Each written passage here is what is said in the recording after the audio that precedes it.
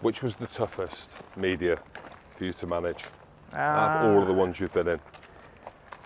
Well, the good thing about Japan, I don't know what they write, mate. Can you not read Japanese? Because I can't read it, and I don't worry about it. No, well, I think, as I said, I really enjoyed England. You know, I enjoyed how desperate they were to get news. You know, because you enjoyed that. Yeah, you know, they all come in. There's 8 or 10 of them, and you know, they've all got their headline. They all got their headline in place. What they're looking for, do you think? What did you feel they were looking for? Oh, well, they'll always be looking for different things. And one of the things I'd like to try to do, I quite enjoyed the game of trying not to give them a headline and give them a different headline. I quite enjoyed that. Australia there was too much fighting there, and that was my fault. I probably went too hard at them. But that was part of the deal there. Try to create some news about rugby. Yeah, it felt like the Australia one, from the outside looking in, looked more emotional. There was more of like the emotional version of Eddie Jones. I see what you're saying about England. I could see you fueling the fire. Loved it. But with Australia, it looked like it meant more to you.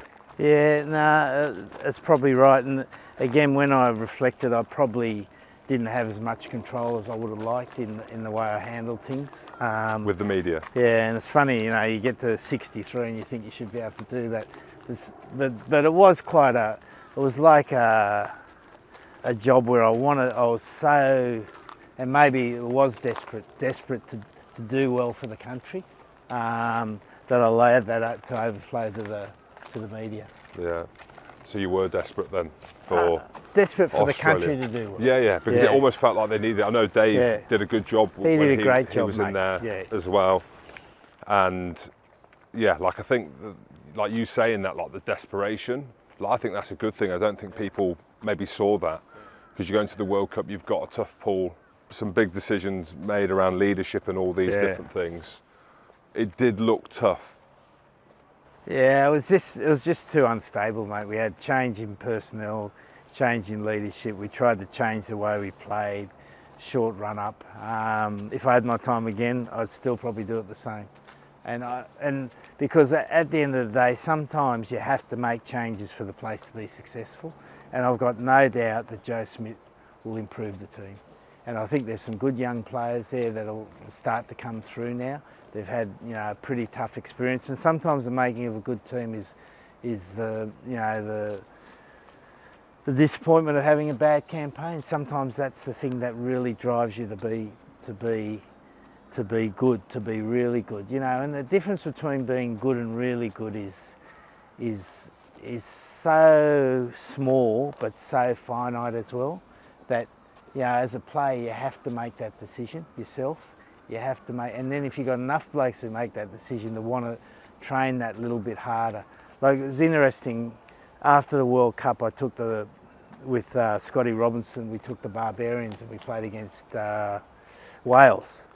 And at the end of the training session, the Fiji blokes, and this is a Barbarians tour, mate, you know, and you know Monday and Tuesday, it's all go. Yeah. Auckland grid outside with some tinnies in the middle. And Monday after training and Tuesday after training, the Fijian blokes did extra fitness. Like, and that shows there's been a cultural change in that nation, in that team, and they'll start to have more sustained success because of that. I've just been back from Samoa, watched their under-20s play, and again they're looking fit, they're looking committed.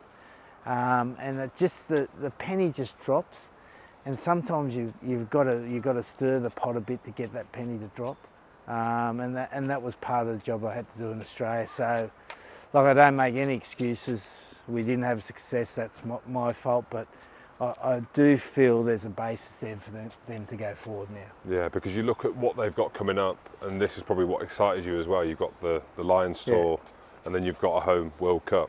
Yeah. You know what I mean? Like, you must have looked at it and thought, if this goes well, and hopefully it does for you, then you've got these massive incentives. Did you think that far in front or not? Like, you know, to coach against the Lions is one of the best experiences in the world. And then they have a home World Cup in 2027. But I had to feel as though my level of commitment was going to be matched by the people who were running the game, and I didn't feel that was the case. So